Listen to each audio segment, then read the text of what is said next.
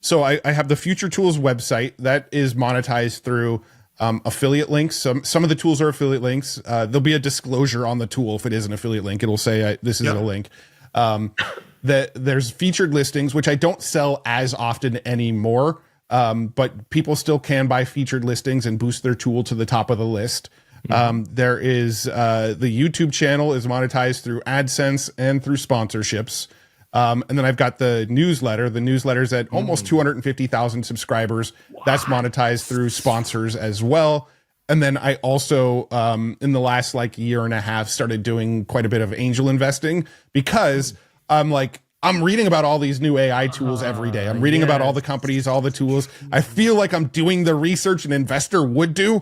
Might as well use that information to invest in some of the companies I feel strongly about. Is there one of them that you can mention, the invested one that is popping off? Sure. I mean, so I'm an investor in Leonardo AI, which got acquired by Canva. So that one was a pretty big win for me. I'm an investor in Replit, which is like an AI coding platform. Oh, Replit. Wow. Okay. I'm invested in Factory AI, which is another like AI coding platform more geared towards enterprises. I have investments in archive.com, which is a tool that's it's an AI generation or AI tool that's designed to help connect content creators with sponsors using AI connections. So those are the ones that are top of mind. But I actually have a website, mattwolf.com, where it's just got a list of like all of my latest videos. And then down at the bottom, it shows all the companies I invest in as well. So I try to be as transparent with all that as possible. So I'm curious, what's the percentage of each revenue place? Yeah, so sponsors are number one, probably 50%, probably 60% of my revenue. Because the thing about sponsorships is you can sponsor the Future Tools website, you can sponsor the newsletter, and you can sponsor the YouTube channel, right? And because we have all three of those places, we tend to sell like between the three. So the majority of the revenue comes through sponsorships on YouTube now. Second most is YouTube or the newsletter, and third is the featured listings, just because I don't sell those as often. But the sponsorships on the YouTube channel probably make up 60% of the sponsorship revenue. I would say 30% from the newsletter and another 10% from the Future Tools website is probably how it breaks down. But we sell bundles, right? So if somebody comes for a sponsorship, we might say, look, you can have 2 YouTube integrations. We can put you in 2 newsletters, and we can feature your post on the website for a week. It'll cost this much, right? So we're not just selling straight sponsorship deals anymore. We're selling like these bundles, which allow us to like kind of get, play with pricing a little bit. And also helps us negotiate, right? Like if we can go to a company and say, here's how much our sponsorship rate is for a YouTube video. And they might go, oh, that's a little bit more than we budgeted for. Well, we can say, all right, well, why don't we just throw in 2 newsletter sponsorships as well? Does that sort of sweeten the pot enough? And so like, we also use that as like a negotiation strategy to be able to throw in some of these other sponsorship avenues. And so out of all of this, I'm curious, with the whole hype of AI, what was the month with the highest revenue? The most money I've ever made in a month is probably $750K in 1 month. But that was like, that was earlier this year. That was like long after the channel had already exploded, Oh my God, I'm shocked. I didn't expect that. Wow. That's okay. Wow. Okay. Yeah. No, so deals like that are usually long-term projects with like a company that like wants me to be a brand ambassador for like the next year, right? So like that's where deals like that come in. That's not like a, hey, let's do 1 or 2 videos together. That's like a, let's work together for a long term. And I've had a couple companies come to me that want to work on like a much longer term deal. And before getting into that, let me tell you about how the 1 of 10 strategy team can help you grow your channel much faster and make more money. Our team has directly worked with over 100 YouTubers to grow their channels by optimizing their content, focusing on the right strategy. So for example, here's a video idea, title, and thumbnail that we crafted for Mike Shake that ended up getting 22 million views and being his most popular video of all time. Another example is the content strategy we built for Callaway. helping him go from 0 to 70,000 subscribers and grow a 6-figure business on top of that. And those are only just 2 of many creators the team has worked with in the past 6 years. So if you're ready to take your channel to the next level in the next 90 days with daily support, video reviews, winning ideas, titles, and thumbnails, and even 2 calls per month to answer all your questions, head over to oneoften.com/strategy to book a call. There's also going to be a lot of fake type content that's going to push some, I guess, political actions, or like people are going to think this is real, but it's not. Yep. In the end, do you think AI videos is a net positive or net negative in the world the next 5 to 10 years? Probably, I hate to say it as somebody that talks about AI so much, but probably a net negative overall. I think there's people like me and other creators that will use it as like a tool of like, oh, I need this like 3 second of B-roll. I can't find this B-roll anywhere. I'm just going to go generate it. And then like that little 3 seconds of a whole video is maybe AI. I think there's going to be a lot of that kind of usage. There's a lot of that kind of usage in Hollywood already. They don't admit to it, but they do use it for that kind of stuff already. So I do think there's going to be a lot of that, but I think the majority of the world is going to probably use it just to generate slop to see if they can make more money off the slop that they generate. Do you think Hollywood level movies will happen using AI? So AI videos that are Hollywood level movie quality. I definitely think eventually, but I do think that people are going to resist them for a while, right? We've already seen stuff where like on Disney Plus, they released a new Marvel show and the intro had a bunch of AI in the intro, and people absolutely like avoided watching that show and boycotted it because they used AI in the intro. I think it was called Secret Wars, the one with Samuel L. Jackson. Right. Yeah. Yeah, people just avoided watching it. I mean, I never watched it, but I heard it wasn't that good anyway. But I also think there's like a generation of people younger than us that are sort of growing up only knowing a world that's had AI in it, right? So like people like that, they're going to grow up and see AI generated videos and not really care. Like if the K-pop Demon Hunters was all generated with AI, but the story was good, the graphics were good, kids loved singing along to the songs, my kids probably wouldn't care that it was AI generated, you know? So I think there is a generational thing where the generations coming up aren't going to care if it's AI generated or not. Yeah, that's a good point. I did think AI animation is going to be huge on the rise for kids, especially fan fiction kind of stuff. Like I think there's some fun use cases for kids to generate their own fan fiction and for people to generate their own fan fiction.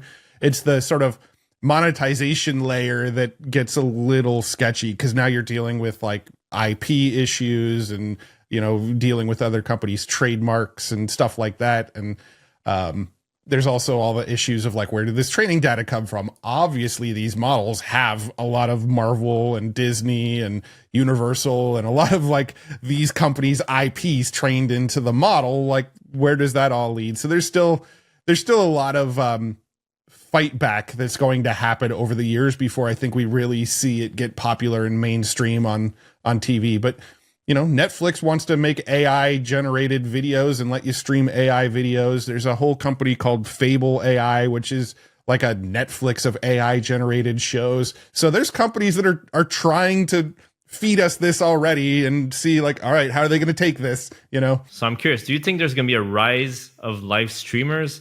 Because that's where you can really relate to that person and then watch his videos online for long form. But I feel that's where connections will happen more with the rise of AI. I'm curious your thoughts on that. Yeah, I can definitely see that as well. I mean, live streaming is definitely having a moment right now. There's some of the most famous people in the world right now are live streamers, right? You've got Show Speed and Kai Cenat and some of these guys that are, you know, almost as famous as Mr. Beast at this point, right?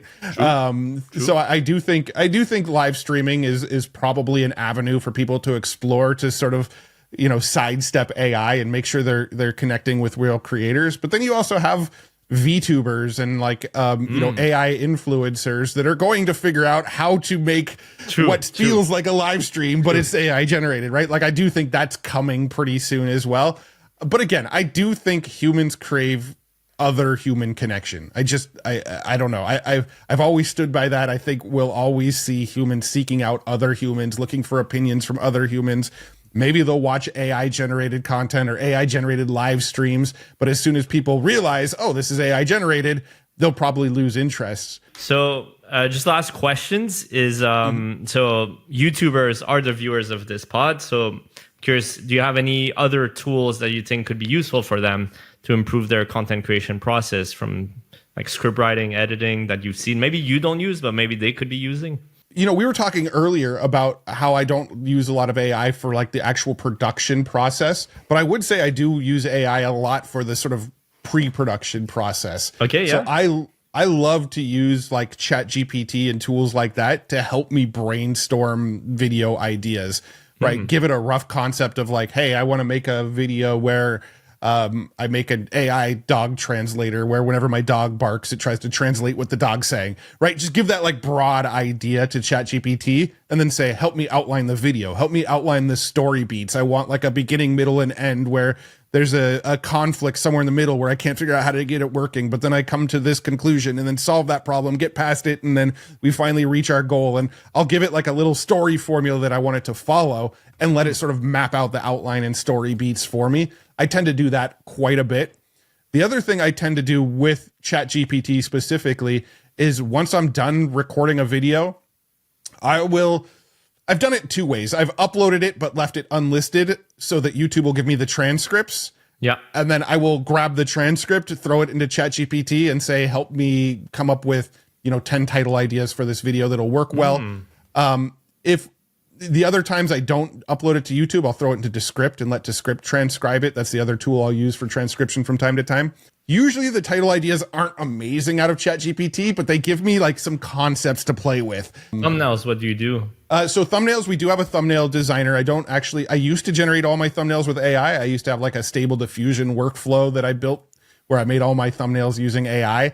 But I stopped doing that because we did a whole bunch of split testing and we learned that an AI generated version of my face underperforms when I just put my real face in the thumbnail. So because of split testing, we realized that I should be using my real face in the thumbnails. I guess I should recommend you to use 1 of 10 for the title generations. And I don't know if I've used the title generator, but 1 of 10, like I've used it quite a bit to look for outliers in like other channels and other videos and then go, okay, well, if this worked in this niche, well, why don't I try to make a similar video in my niche, right? So like, I like to find a lot of like title formulas and a lot of like outliers on other channels that are outside my niche and then like bring them over to my niche. So if I go in title generator here and give me a title that you have in mind for your next video, for example. Like I made a AI translator to understand my dog. Okay, so that's actually one that we're trying to build. We're trying to use like a little Raspberry Pi and put AI on it and then use AI to pretend like it understands what the dog's saying, but it won't actually know what the dog's saying. So here what we have is basically titles that inspire from your channel titles and top outliers. So like that you can use those and just like play around. For example, nice. I like that it shows the character count too, because I always like to try to keep it under 50. Exactly. So this AI translate what my dog is thinking, or this AI lets me understand my dog, or I taught an AI to speak dog language. So it's like all different angles, but then it's all angles you would not have thought of. Like the difference with using ChatGPT is this learns from like top outliers. For example, here you can look at the inspiration. And maybe like this gives you, I built an AI to replace my coworkers, led to this. So maybe it gives you like some more data to validate what you're going for. What is that? Can you click into the thumbnail generator? I haven't played with that one yet either. But it's like to give you basically like different styles, but it's gonna keep the same style, visual style of your channel, but then maybe it gives you like some composition here and there and so gotcha on. Yeah, I have a 1 of 10 account. I haven't played with it like super recently, but I need to get in because it looks a lot it looks very overhauled from the last time I was in there. Yeah. It's there's been a lot of AI stuff in there, but yeah. Awesome. Excited to play with it. Basically, last question for you. What would you recommend for someone wanting to grow on YouTube? I would say that right now, I would put a lot of importance on like being a real human, because I think we're going to see a lot more AI stuff pop onto YouTube. We're going to see a lot more videos where it's just like AI generated voiceovers and, AI generated B-roll for the entire video. And me personally, when I land on a video and I can tell that it's like an AI generated voice, I tend to bounce off that video pretty quickly. I usually go, okay, this is low effort. I can tell somebody just used 11 Labs and made a quick voiceover. Yeah. So I think people actually being on camera, putting themselves out there, being a real human, being relatable, I think is going to be very, very important. The other advice that I've found myself giving to people that are trying to get into YouTube is that in the beginning, I think quantity is so much more important than quality, but don't take that as like, go and use AI generated content to crank out quantity. I think quantity of quality content is important. So when I had like my biggest growth, my biggest like 30-day window of growth, I put out a video every single day for like 28 days straight. You took advantage of something that worked and you just went all in. Yeah, exactly. Yeah.